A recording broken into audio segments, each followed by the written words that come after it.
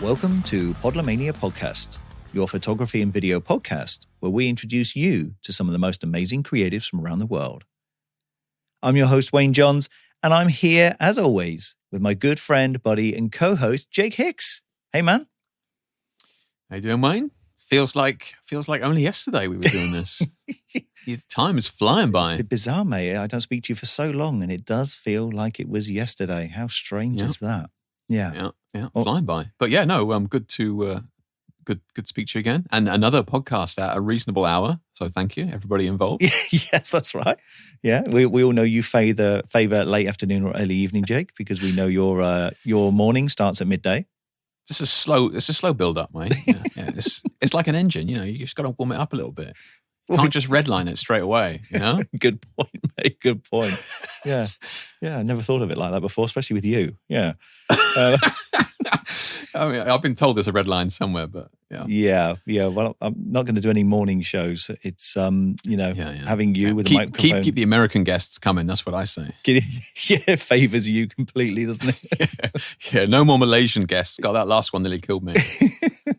Yeah. No morning show either, because the image of you with a microphone and headphones in at your bedside isn't probably not the best picture for anyone, mate, to be fair. Yeah. You need time to prepare those locks. I still wear my pajama bottoms if it counts. Even though we got video chat going on, nobody can see you from the waist down, thank God. Yeah. That's right. Nice to see you dressed from the top, though. That's nice. I know. Even did my hair. Mind, to be fair, our next guest is probably going to outshine me on the hair front. But, mate. I did think this when I booked this guest. Have you got a little bit of hair envy going on already? I can see it. Yeah. I'm just so want to get a fan going on that side of the screen. It's looking beautiful. Loving it. Yeah. That mane. If our guests could see this, they would be blown away like we were, really, because, beautiful hair on a beautiful woman. What can we say? This puts us both to shame in every respect, I think. Yeah. Jeez. Well, I'm not going to ask you what you've been doing because we only spoke a couple of days ago. I know, yeah. Lockdown is fairly samey. Yeah, fairly samey. We know that. Lockdown is fairly samey for a lot of people at the moment. So, we won't deep dive into that one. We've done that one already, and we don't want to be depressed anymore. So let's get on to some fun stuff, shall we? Exactly. Okay, folks. Well, welcome to episode 35. And today, Jake and I will be talking with the lovely Gillean McLeod, a super talented wardrobe stylist turned model in her 50s. And she's still smashing global campaigns and runways in her 60s. She certainly shows us how a model should be. She styled for some of the biggest brands on the planet and modeled for some of the biggest fashion campaigns out there, causing a storm with her natural, long, silver color hair that even our resident, Jake Hicks, would be proud of. You see? You wrote this before we spoke. That's brilliant. Some of her modeling campaigns have created a welcome storm on the internet due to her effortless poise and beauty. And today, we have the pleasure of being graced with her company too. Gillean, welcome to the show. It's a real pleasure to have you on. Well, it's a real pleasure to be here, and thanks for the lovely intro. I've never really heard myself described so beautifully. Wow. Wayne is good at those. Yeah, fantastic. I think I'm just going to start a side business, Jay, just writing intros for people's shows, I think. It'd be doing it would bios. be money in the bank, because it's one take and done. One take, what can I say? One take every time. It's lovely to have you on because you come from sort of two backgrounds, really. So you're hitting us with a double whammy in the show, which is actually really nice. And there's never going to be enough time to cover your career in the hour or so or hour and a half that we've got with you today. But we'll try and do our best for our listeners. Now, as you know, our listeners are very mixed from sort of the amateur world right up to the pro world, and our questions will reflect that in our conversation today. But before we get into the questions, Gillean, just give us where is your social link for people to go and see you and your work, so we can get people looking at that as they're listening to us. Well, I don't have too many social links. I do have Instagram, and I have a link tree attached to that. And so that shows my wardrobe styling bio and any sort of articles that I have done that I deem exciting or interesting, mostly through Instagram. Perfect. Yeah. I don't blame you. Keep it simple. Not too many. It's a pain in the ass when there's too many, isn't there? I don't think you need so much, actually. I think life is straightforward. I couldn't agree with you more. Yes. Facebook, what is your Instagram for our listeners? It's my name, Gillean McLeod. Gillean, Gillean, McLeod, Perfect. 1C. Perfect. You see how simple that is, Jake? How simple is that? The simplest introduction we've had in that respect. Just go and find me there and that's it. Now, Gillean, for our audience, how would you describe yourself and what you do? I have a very good sense of humor. I try to keep everything very natural and upbeat. And my styling work certainly reflects my sense of humor, because I am really good at dressing people in characters or more of a sort of lighthearted vein. And, that's how we met, because we met through Hugh, and I do a lot of very creative styling that way. Yes, indeed. Yes.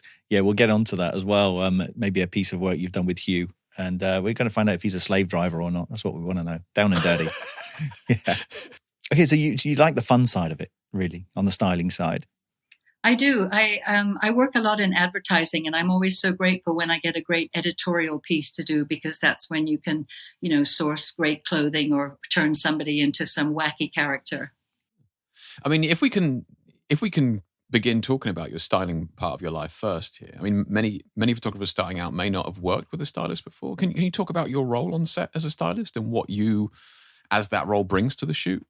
Well, I think that sometimes in advertising, the stylist gets a little bit overlooked. But the best part about having a stylist for a photographer, I think, is collaboration and coming together with, different ideas.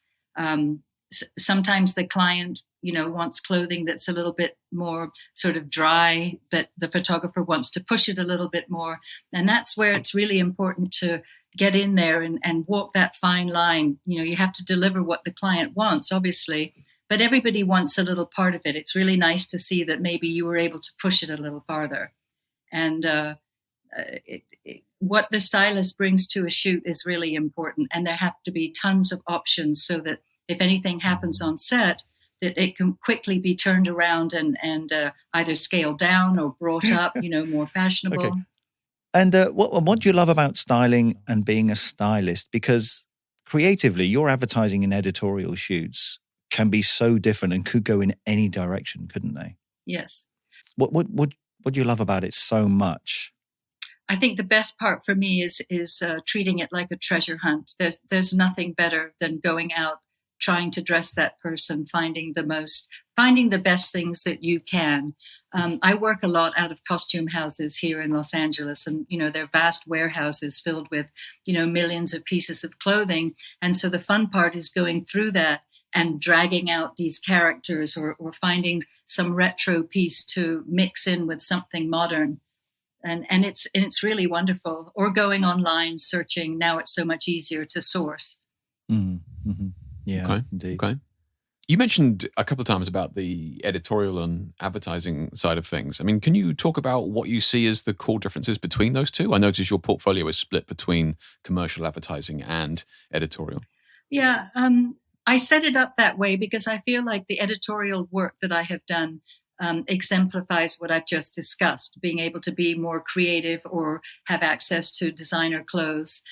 With advertising, especially here in America,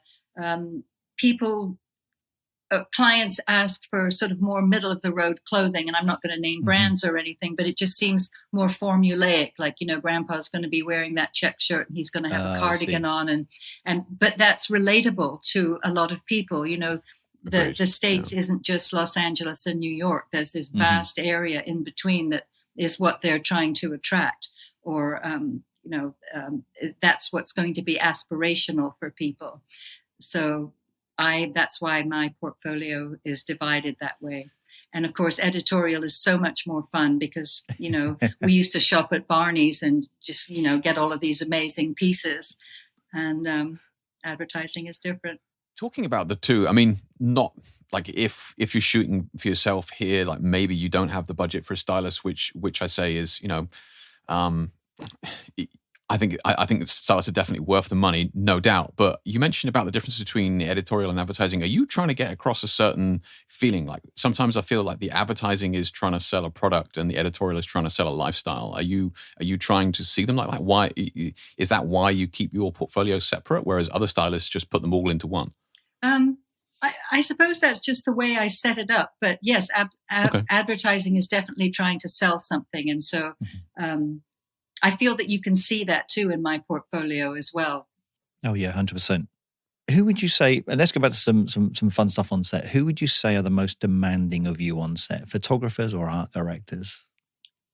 Well, I've had problems with both, actually. I didn't put that question in there on purpose. Not at all. I feel like the most interesting part for me is that the advertising agencies usually want to do something that's so much more fun. And I feel like sometimes they haven't interpreted what it is that the clients want.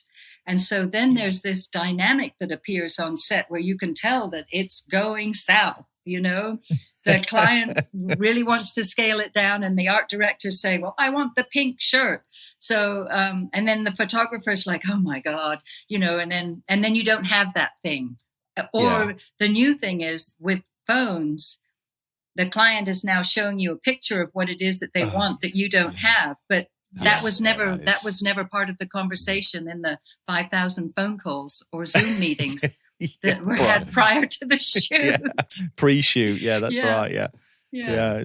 Getting down to the technical side, we'll cover a bit of that in a moment as well about, about what your role is, even pre-shoot day. I think it's important for some of our listeners to hear that don't have the experience. People that aren't in the professional world, don't be delusional in the way that you think a stylist turns up with everything for you without any communication whatsoever. There's a lot of contact prior to a shoot, a lot of planning, a lot of back and forth, a lot of samples, a lot of showing, even before shoot day, isn't there, Gillean? Yes, absolutely. I make all kinds of files. I make PowerPoint files. I search on the internet. I take photos in costume houses and we can think that we're going in that direction because everyone's signed off on it. And then the day before, no, that's not what we wanted. Somebody whips out their phone and puts a kibosh on the whole thing. Here's the blue coat.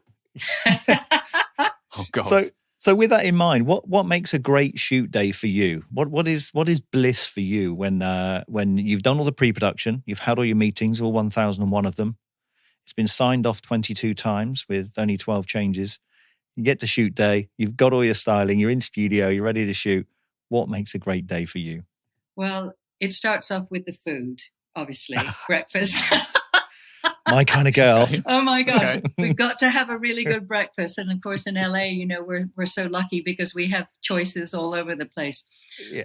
But seriously, a really great shoot starts with the day before having had a fitting, so that there is some sort of semblance of order. And if there have been alterations, I always have a tailor for my fittings.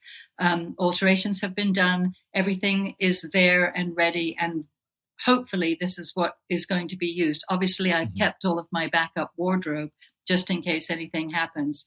And that's it. If everybody shows up on time and with a good attitude, it becomes seamless, and then it becomes really fun because then the photographer is at ease. He's able to give really good direction to talent. And that's, to me, one of the most important things to watch is the rapport between the photographer and the talent. And that's when that's working, then the art director, they're so much more happy. And then the client is so reassured because now it's really like this wonderful team working together. And I always have assistants on set. And at this point, I feel like my work is actually done. I'm not such a fan of being on set. And so my assistants will usually take charge in that department. And then I can go back and be with talent, make sure that the next looks are getting ready or fine tuning or talking with the creatives, making sure that that's still what they want. And then it's lunch.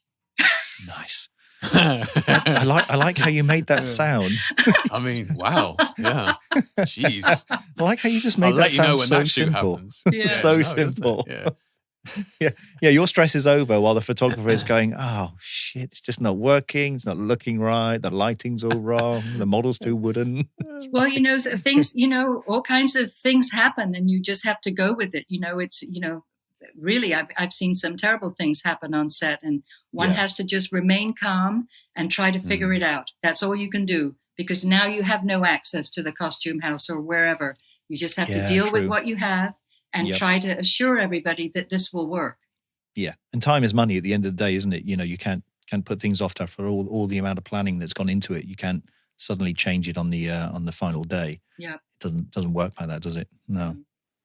So you keep mentioning that preparation is key. So for photographers contacting stylists, what are some of the key pieces of information that you need to do your job? Is it simply measurements of the model you're after, or is there a key piece of info that you need to choose the best outfits? Like what are you looking for? Well, I like visual images from the photographer. I like to get visual briefs from the creatives, and I like visual briefs from the photographer. It's really annoying to me when a photographer will not participate in that part of the progress of a shoot.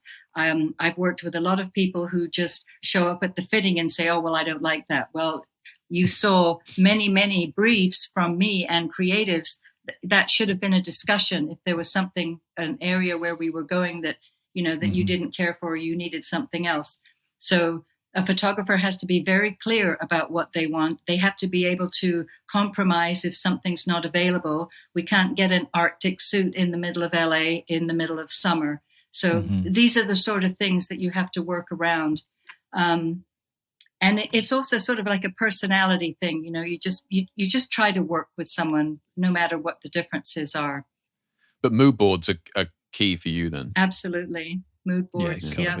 And I like using a mixture of their mood boards and then making a new one, including their visual plus my ideas. And then hopefully there's some ideas from the photographer. So the final thing that I send out, everybody's had their input in that thing. Now, these are unpaid days for wardrobe stylists. And sometimes mood boards take me 2 or 3 days to prepare, especially if you're looking for something specific.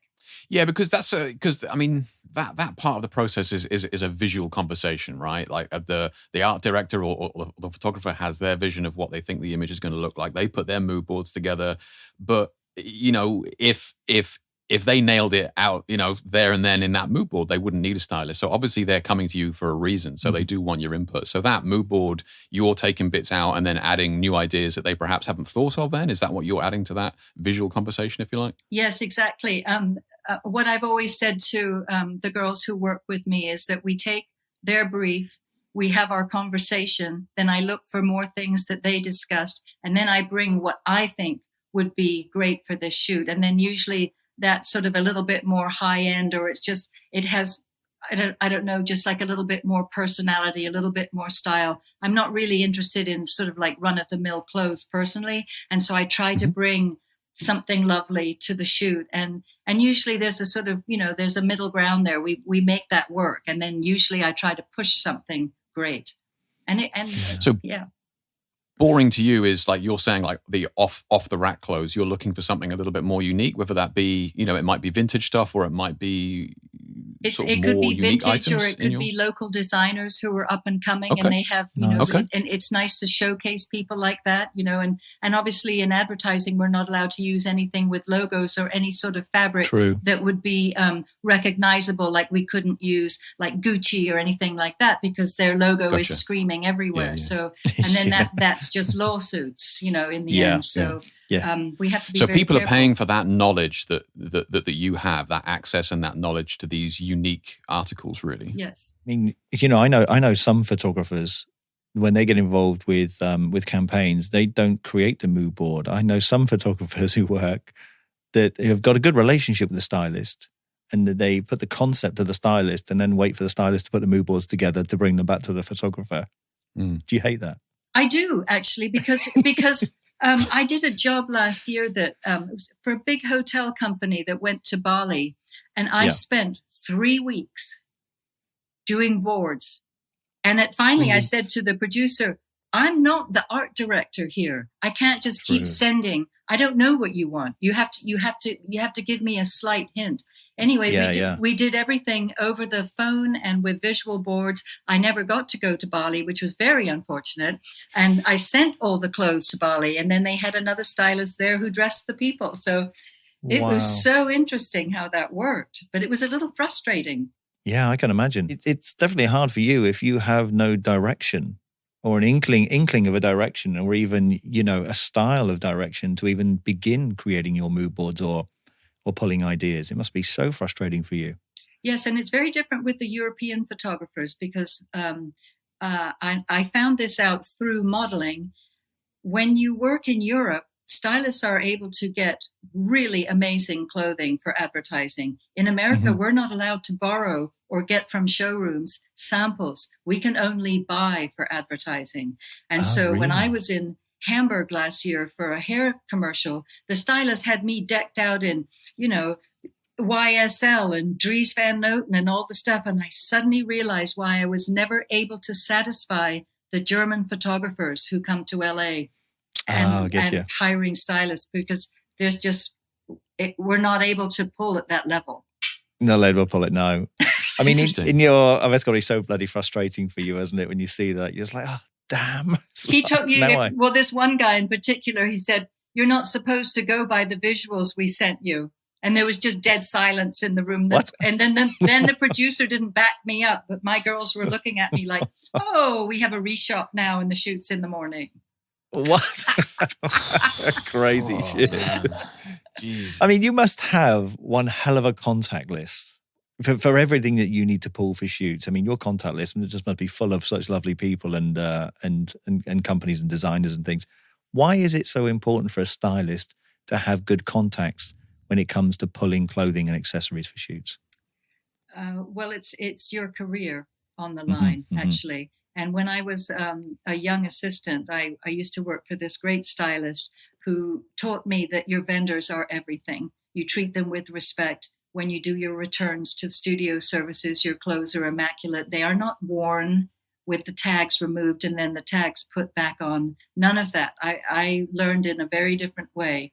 It's very different now. People just go out shopping on a $10,000 credit card.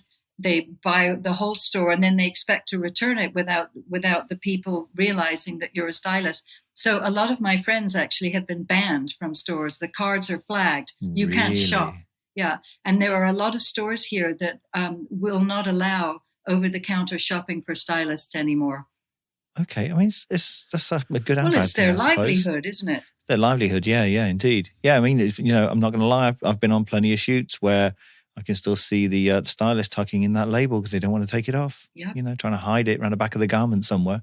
Well, I think the backside of that's bad is that production now expects everything to go back. They're expecting to see designer clothes or upscale clothes on set, but then they don't want to pay for it. And our budgets are less and less and less, and especially in the last couple of years.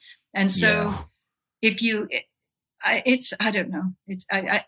I have my own, I really have my own thoughts on that. I don't think it's fair to the stores. And then I feel like it's not good for the stylist to do that because the future jobs, you'll get less money.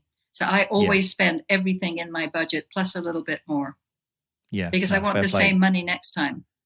Yeah, exactly. No, I think that's definitely a way to try and keep that level of budget alive to protect our industry, to protect our livelihoods. 100%. Absolutely. If only we could do the same as photographers. Hey, Jake. Those budgets. Well, yeah. I mean, we've got no argument there when we arrive. Well, the same for stylists too. There's a lot. Yeah. There are a lot of people who say, "Well, will you work for this?" when they know that your rate's that, and then you question why. This is my rate. This is what I do, and we work so many hours away from set that are unpaid. So we want our rates, and I want my rates for my girls too. I completely agree with you 100%. Yeah. And I think the industry needs to be respectful of that because we all know, and we've had this conversation before, Jake, the industry over the last few years has become very watered down and cheap. No sort of messing around with words. It has become very cheap in every bloody aspect, which I just see a lot of corners being cut. Yeah. Well, just one more thought on that. Production now is offering the same rate to assistant stylists who are non-union that I made 25 years ago. It's still the same day rate. There's a lot of other there's a lot of other parts in our industry that's the same as that as it was 20 years ago. I can attest to some of the jobs that I've done in recent years have been what I would have gotten 20 years ago. Yeah. This interview started off really well and positive. Yeah, we're off. Oh, okay, so we're going back to the good things now. Sorry about that. We can delete it all. We're going back. Holy shit! Why are we even in this industry anymore? It's cheap. It's nasty. So you mentioned, or we have spoken about, like, the perfect shoot. You have all the prep work, everything's signed off, and everybody's happy with everything. You get there on the day, everybody shoots amazing images. You have lunch, more amazing images in the afternoon. But you did also mention that there's a couple of times where maybe somebody on set is not happy with some of the items that are there. Typically when I've been on set, they've always, stylists have always had far more pieces than we'd ever need. Do you have a selection of styling pieces that you always bring with you that are always useful to have on set? Not backups essentially, but safe options.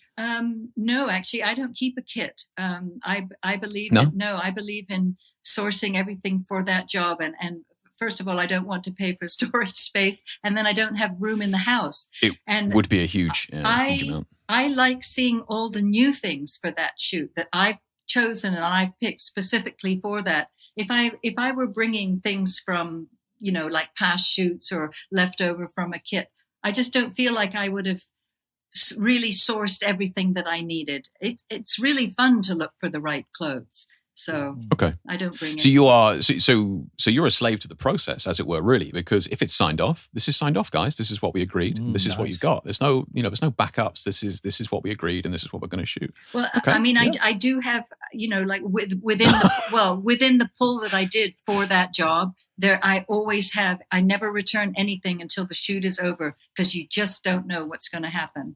Yeah. Very true point.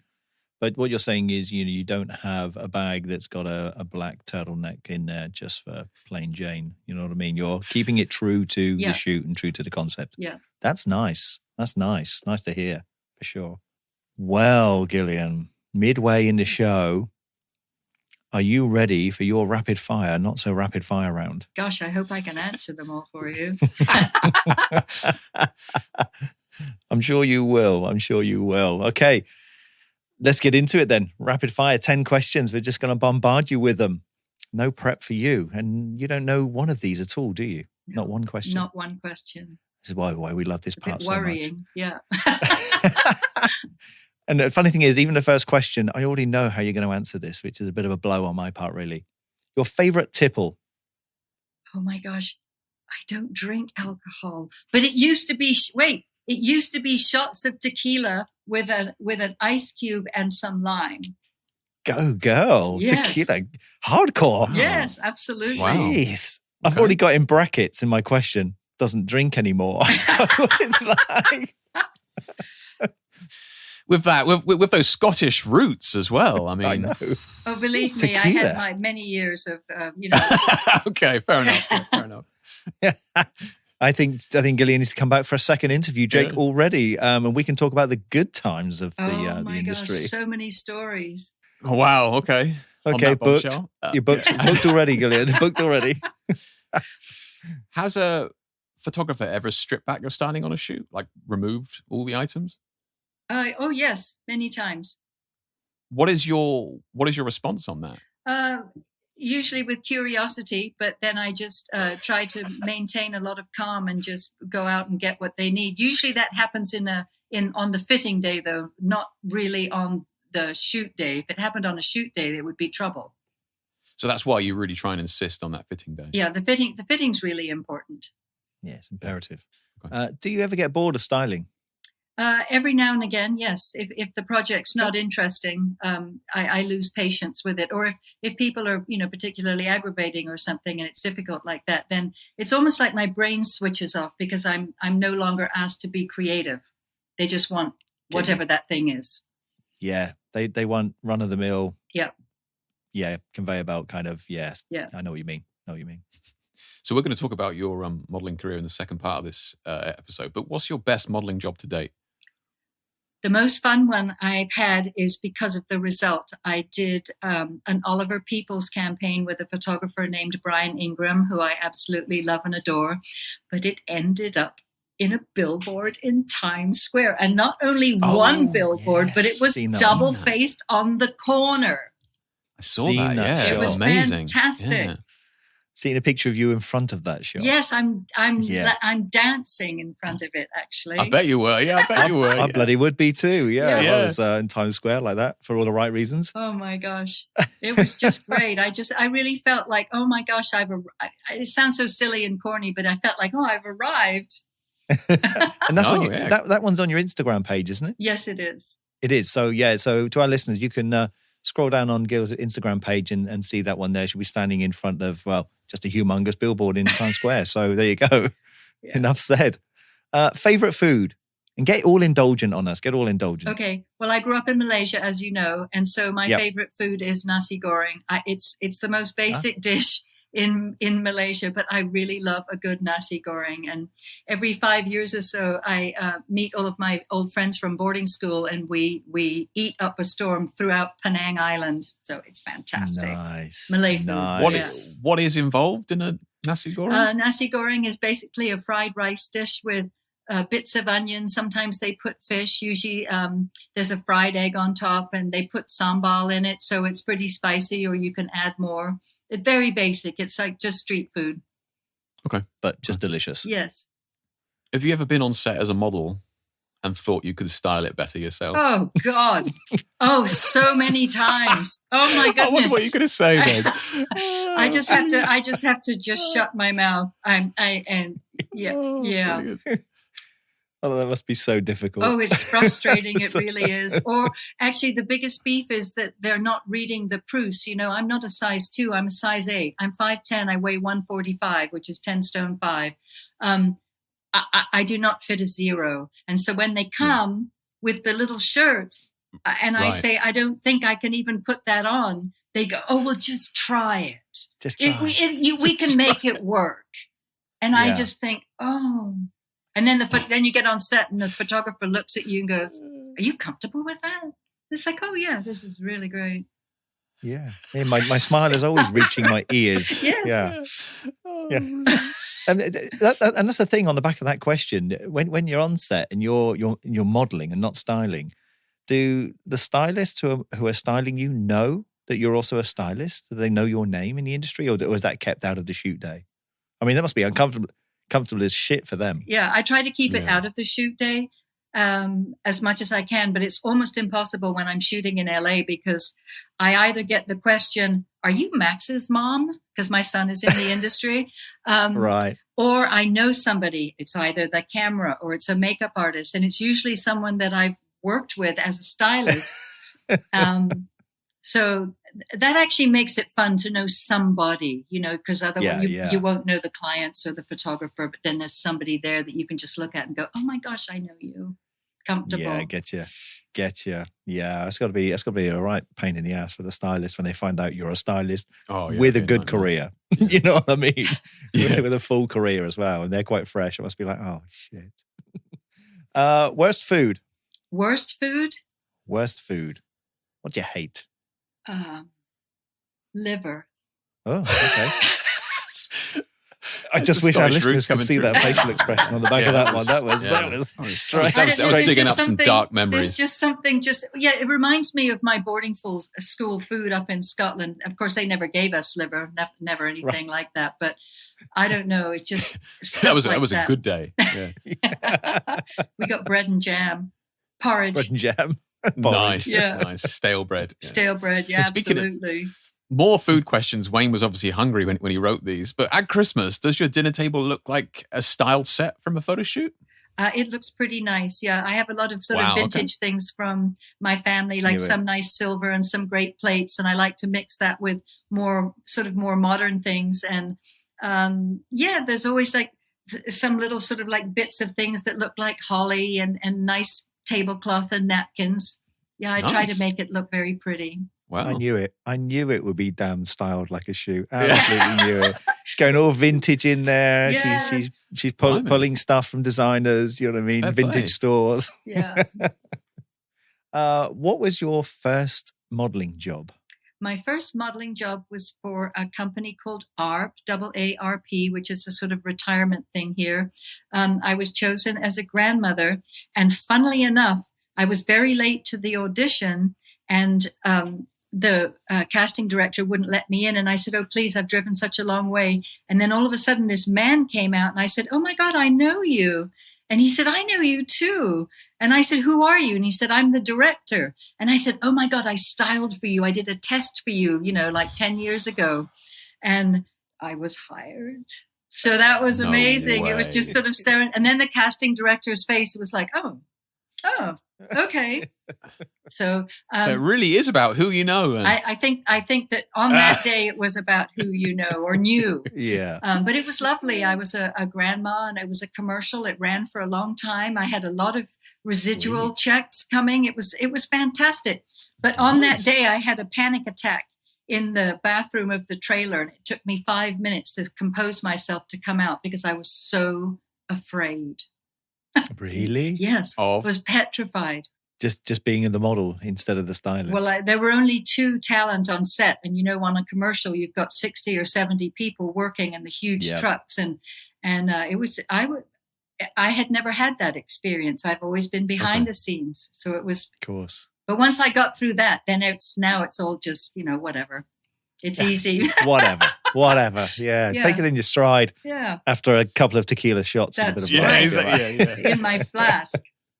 Yes. So our last question then. You've got $200 freedom dollars. And you've got to style Wayne. What are you going to style him in? I like the way you flip that around. I don't know. I'd probably go look at my contacts over at Paul Smith and find you some fantastic shirt to wear.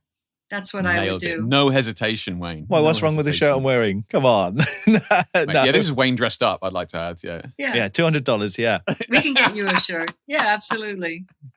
That's cool. I'll go with that. I believe in you, Gillean. I trust you. Thank you. Why wouldn't I? Wayne doesn't need any more than one layer, to be fair. Yeah. So true. T-shirts all round. Yeah. I like the way Jake flipped that question, though, because it actually was directed at Jake, and it was meant to say, you've got $200, you have to style me, not you have to style Wayne. It's not $200 is not enough, Wayne. Wait, that's just hair products for you. I need more help than that. Yeah, it's funny. For $200, you can barely buy anything. Oh yeah, don't we know it? Yeah, you can't get a whole outfit anymore. Well, we only dress from the waist up now, so that's so money. Who knows? Yeah. Oh my goodness, we got 2 outfits now, Jake.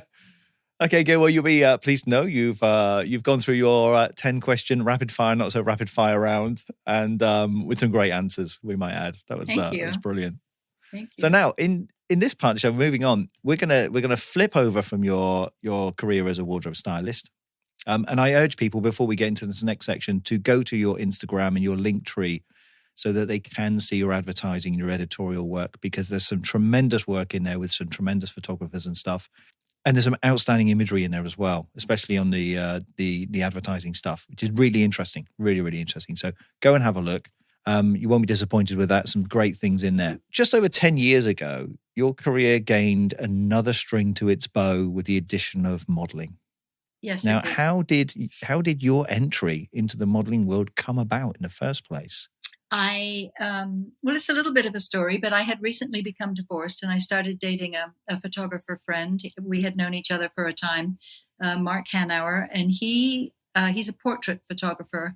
He suggested that I start modeling. And of course, I wasn't really convinced, but he shot a portfolio, and I know a lot of casting agents in LA through styling. And so I wrote to a few of them and asked them where they thought I would be a fit. And so I wrote to a few modeling agencies, sent my portfolio, and I started off in LA with M Model, and I was with them for about 5 years. And then I started moving things around and changing and getting more agencies as my work started increasing. And how young were you when you started down this road? 52. Okay. Gosh. That's amazing, isn't it? It's amazing. And so you went straight into an agency then, straight into a model agency 20 straight minutes. off the bat? Really? Straight in there? Yeah. It was and great. You didn't have any photo jobs as a freelance model whatsoever, straight into the agency, signed, on the books? On the books. Jeez, it's amazing. And you're modeling more now than you're styling at the moment. Is that right? Yes, that's correct. This year I've had, even through COVID, I've been modeling. I've shot ads at home, and it's been great. And I've had 3 this past month. Wow. Yeah. You're living it. Yeah. Well, I have to say I'm really enjoying not carrying so much stuff. That's for sure. Yes. Yeah, that's true. Yeah, those poor stylists. Yeah. And not having to plan so much either. Yeah, pre-production stuff. Yeah. Zoom meetings, fittings. So what is it that you love about modeling now that perhaps you weren't getting that same fulfillment from styling earlier on in your career? Well, I certainly enjoy that it's a lot easier than styling. Okay. There's so much less stress for me now in my life without styling. Styling is actually a very stressful job. There's a lot of demands and time constraints. But modeling, it's really wonderful to just know that you're there because you were picked to be there. It's your day. You show up on set, hopefully they've got brilliant clothes. And most of the time they have fantastic hair and makeup artists. And so you get to see a version of yourself that you would not normally see, and every single production is different. And so the way your makeup is done or your hair or however you're being dressed is different. And so I just try to slot in with that. And it's wonderful. So how have you found the modeling world then? Because you've seen it on set on both sides really as a stylist before, where you see everything going on while you're styling, but now you're the model being styled. So how have you found the modeling world in that respect? Has it all been a good experience for you so far? It's been a fantastic experience. I don't think there's only one time I can think of where I did not have a good time on set. And but what that taught me was that I need to say no when I know there's a gut feeling that this is not a good job. You need to say no to this.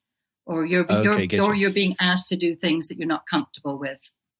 Are you talking about levels, or are you talking about just general comfort and concern? No, I'm talking about comfort levels. I did a swimsuit thing for an unmentioned company, but unbeknownst to me, they were shooting stills behind the scenes, and the clothing had been altered from the fitting day to the shoot day. And there was a lot less swimsuit than there had been the day that I went for the fitting. Wow. And it ended up at my backside in the Daily Mail in England. And my family saw it. And I was absolutely horrified. And my agency went bonkers. Like, who did this? Who shot this? And it was because it was with a celebrity. And so, I was sort of a periphery model. And it was very upsetting to me, actually, at the age of 61, being photographed like that. I didn't appreciate it. And it's not what I signed up for. Yeah, and it can happen to any model at any stage in their career. Yeah, it's crazy. Yeah, I can understand as well. It's not what you, like you say, not what you signed up for and not what you want, especially when you don't know anything about it either. I think that's the thing. I don't like surprises like that. I'm fine if it's, I know in advance, so we can discuss it. We can say, yes, we know, maybe if I could have a wrap or something like that, but not like that. It's deceitful. Yeah, fair enough. Yeah, it's sneaky, isn't it? Very sneaky. Yeah, disrespectful, very disrespectful. Yeah. And it's really not needed now. Come on, it's just no need for it. They knew going into that what they wanted. It was part of their team that was shooting it. Yeah. Well, they were probably doing it for social, weren't they? Yeah, like absolutely. As we know in everything photographic we do now, everybody wants BTS content for social, don't they? It's almost like they're getting another stream of imagery within their budget, isn't it? For free. Yes, for free. Naughty buggers. Naughty buggers. It's true, yeah. Silly buggers. So it's been said in the past that modeling is a young person's career. What are some of the challenges you face as a older model then? Are they the same challenges that any model faces? I think I have the same challenges that anyone faces. I don't think about my age too much, and it's become the norm to have inclusivity of all ages and on set now. So mostly if I'm on set with a lot of other people, I'm the older one but I was picked specifically to be that person. So, yeah, of course, exactly. And, so it's fun. Okay, it's fun, and about time. It's sort of opened up a bit more, hasn't it, and become a little bit more relaxed and unreal. Yeah, let's put it that way. Unreal. I mean, it sounds like you've had a really positive experience throughout this whole modeling journey. Is it something that you'd recommend to other women? Slightly older? Yes, absolutely. And, I get a lot of DMs on my Instagram from women, maybe a little bit younger than me, maybe a little bit older, wanting to know about, do I think they could be a model? What's my skincare routine? What about clothes? What about hair? And, I every day I answer these letters and try to answer them the best I can. And I would never tell anybody that they couldn't do something, because I think we live in an age now where if you put your mind to it, you can pretty much do anything. And I always feel like if I ended up here, really a lot of people could end up here as well. I was lucky that I had someone shoot a great portfolio for me, but all of the rest has been hard work. It didn't just fly to me, all of this modeling. I searched out the agencies, and I went to 5 million auditions and was turned down. And I finally realized, and this is the best piece of advice to anyone, no matter what age you are as a model, you're either right for the day or you're not. And that's just the end of the story. It's not about your skin. It's not about your hair. And it's certainly not about your weight. Let's stop that right there. And that's really it. And once you come to terms with that, you can go anywhere to any audition, and it's okay if your friend gets the job. That's what they were looking for that day. Maybe you reminded them of their grandma. I don't know. No, I think what you said is perfect. When you get there, you're either right for the day or you're not right for the day. And that's the end of it. It doesn't mean you're not right for modeling. No, absolutely. No, you're perfect for modeling. And also good advice to anybody wanting to get into modeling at any age is that, yes, you have to do the hard work. And like you just said, you have to go to hundreds of castings unpaid, put in all the footwork, do all the hard work, and you may come away from 100 castings and not get one of those jobs, but don't ever give up on it. No. Keep going. Because for me in LA to go to a casting, it's a 4-hour window out of my day. It's an hour to put on the makeup, hour to drive there, hour to sit there, an hour to come home. And you do that every day. And it's unpaid. True words. I think we'll put that on a repeat, that little statement there. Yeah. Put that on a repeat for people to listen to say, guys, it's not an easy world. You really do have to put in the effort and the work and the mileage to be right for the day when it arrives. Yeah. 100%. So when people say, "Oh, you're so lucky," I think luck doesn't have anything to do with it. It's work. This is a job. Yeah, exactly. Still work, isn't it? Yes. No matter how you look at it. But that's the problem, though. People only see the end result, the glamorous side. When you've had your photo on that billboard, they go, "Oh, you're so lucky." Yeah, but I've been to like 150 castings and driven for like 350 hours, all unpaid, to get that one job. Yeah. Yeah, people don't see it. So how have you seen the modeling world change over the years since you've been modeling? Since I've been modeling? Yeah. I've seen, or in general, obviously, even as a stylist, say, even, yeah. It's more of a change since I first started styling. I like the fact that it's so inclusive now of people, everybody. I just think that the final photographs are so much more interesting with the type of people that are being cast now for campaigns. I was in a great campaign for Youth to the People, which is a really lovely skincare line. And I loved all of the casting for that. It was just brilliant. If you ever go online and look at their website, that's what I like. Instead of just being the stick figure girl, who ate one piece of lettuce at lunch, and was expected to wear a size 0, piece of clothing. Now we have real people. That's what I love. The heroin chic of the 90s. Yes. About time.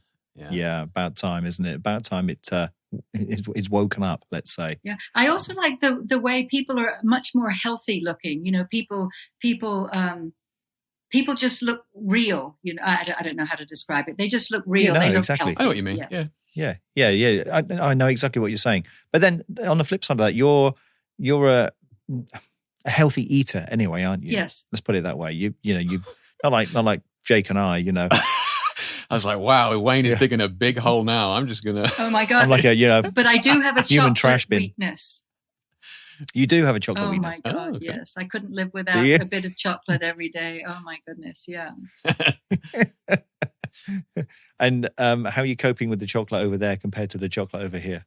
I found a really good brand here that I'm addicted to. Yes, I'm very happy. Go on. Drop the bomb. Drop It's a name. called HU, and it's made with HU, and it's made with coconut sugar and no additives or anything, or soy lecithin, and it's delicious. Okay. Yes. Note on a bit of paper. Try and get some of that. Yes. It's definitely better than the chili chocolate I've got over here. Ooh, I like chili chocolate. Yeah, and I love sea salt chocolate.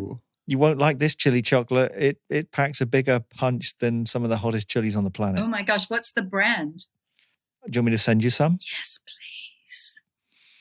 Okay. I've got I know this is on topic, Jake, sorry. No, you go for it. I've got another YouTube channel I recently started called It's a Hot One, where it is a chili chocolate challenge where people, this particular one brand, they have to eat 2 squares and not drink any milk or anything for the first 5 minutes. Wow. Some of the videos are pretty funny. Okay, I'll drop you the link. Send me the link. I've got to see that today.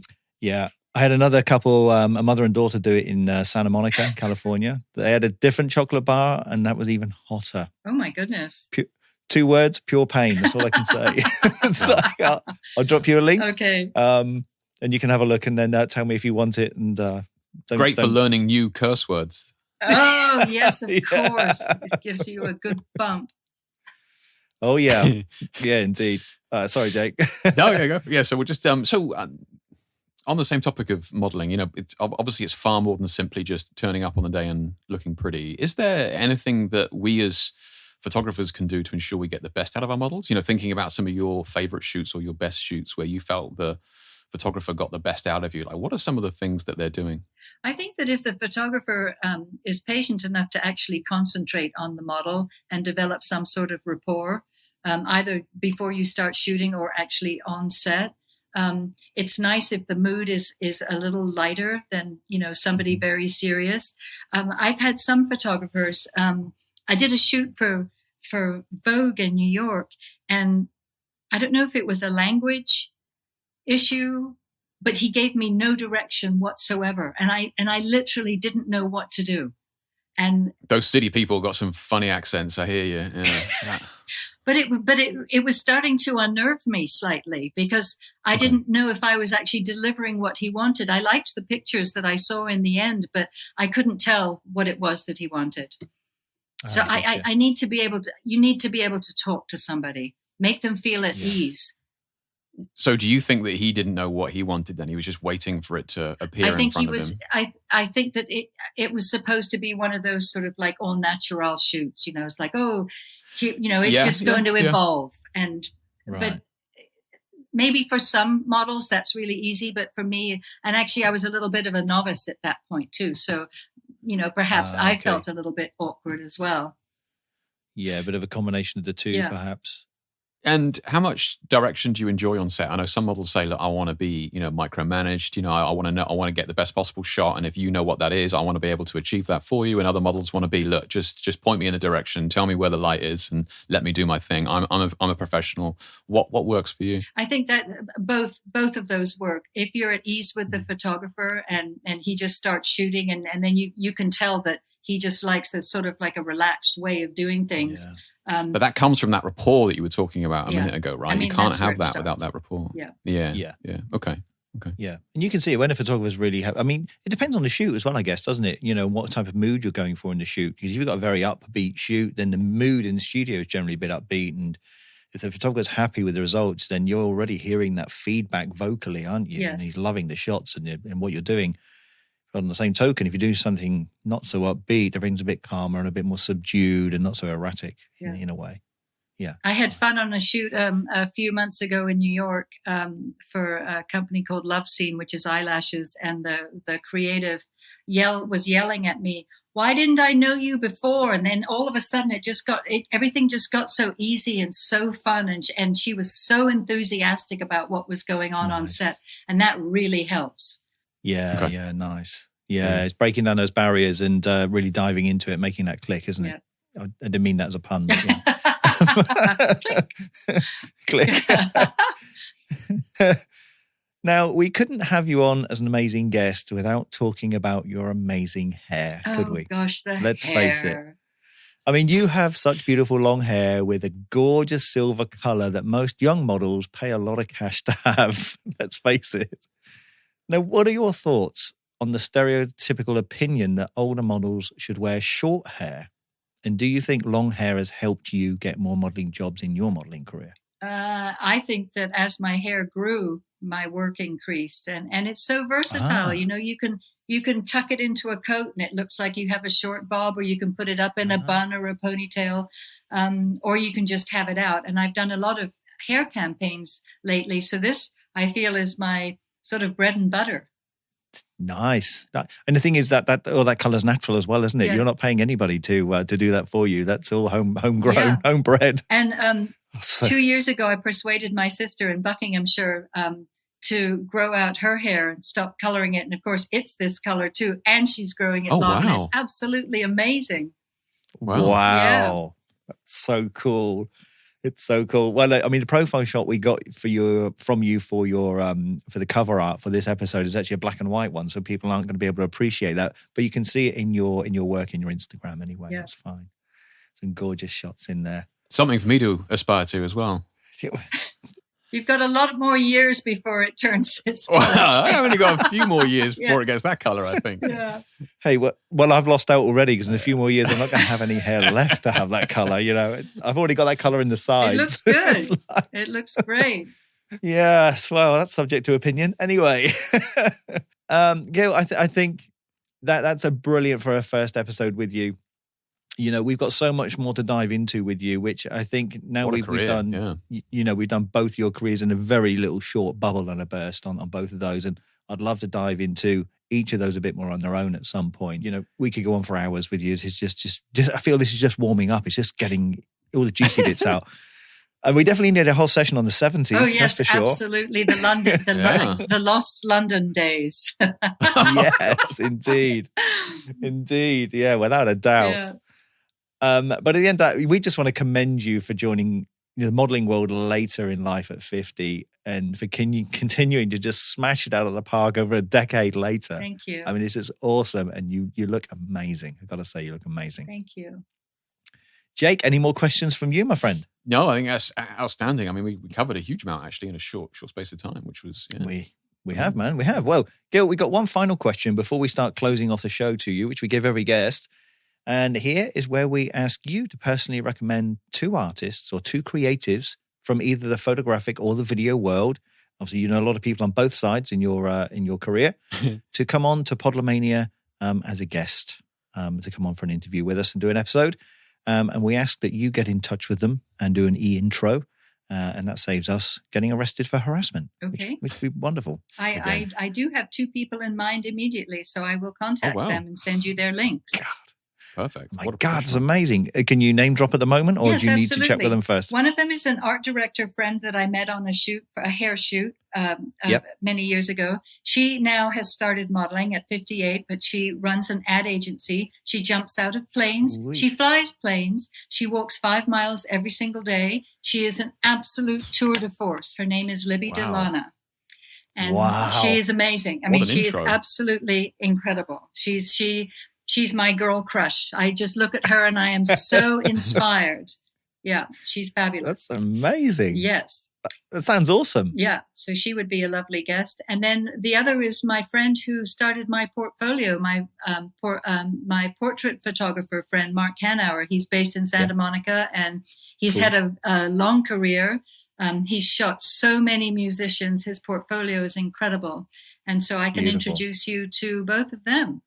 Perfect. Yeah, that'd be great. Yeah. Sound like amazing guests. Amazing guests. We'll look forward to those. Okay. Awesome. Exciting times. It's getting even better. We love this show. I love this show. You guys are so much fun. Well, Gil, before we close off, can you just tell our listeners where they can find you? Where can our audience find you? Your website, obviously your link tree, and your Instagram and things like that. Let's direct them there. Okay, my Instagram is at Gillean McLeod, the spelling of my name. And on that actually is the link tree that has all of my information. It's just in one place. Yeah, perfect. And for our listeners, I will include those links in the show notes so you can click straight to those. And I have separated them for you to make it easier. And I've also included, also from your link tree, is your sidecar.com website, which takes you to your advertising and editorial work. Yes. So people can see that from your styling world as well, and go and have a look through there. But that's absolutely awesome. That's just been a beautiful episode. And to our listeners, remember, if you would like to help support us and produce and record even more great interviews with some of the world's greatest creative talents, your support and donations are very much welcomed, especially during this time of COVID. We do need to keep the lights on. And for those that don't know, you can find our donate button on our website at podlemania.com/donate. And remember, if you like this episode and don't want to miss out on new episodes, then please make sure you subscribe to us on your chosen podcast player, or you can subscribe to the podcast at podlemania.com/subscribe. Remember, you can find us on Apple Podcasts, iTunes Store, Stitcher, Spotify, Podbean, and many, many more. Please don't forget to give us a like, especially on Apple Podcasts, because that's our main traffic for our show. But apart from that, we'd like to thank Gil for joining us. A big thank you, Gil, for coming on and giving us a little snippet into your amazing creative world. We would love to have you back as a guest for another episode one day, if you would give us the pleasure. Oh, I would be delighted. And thank you so much for having me. It was so much fun. It's been awesome. Absolute pleasure. Yeah. And just quickly before we go, our listeners don't know this, but Wayne has had fake eyebrows on his Zoom filter on this entire time. Have I? He's been looking very expressive. Yeah. Have I? Where is that? Gil, can you see that? Thank you. No. What? I missed that. Where is that? Brilliant.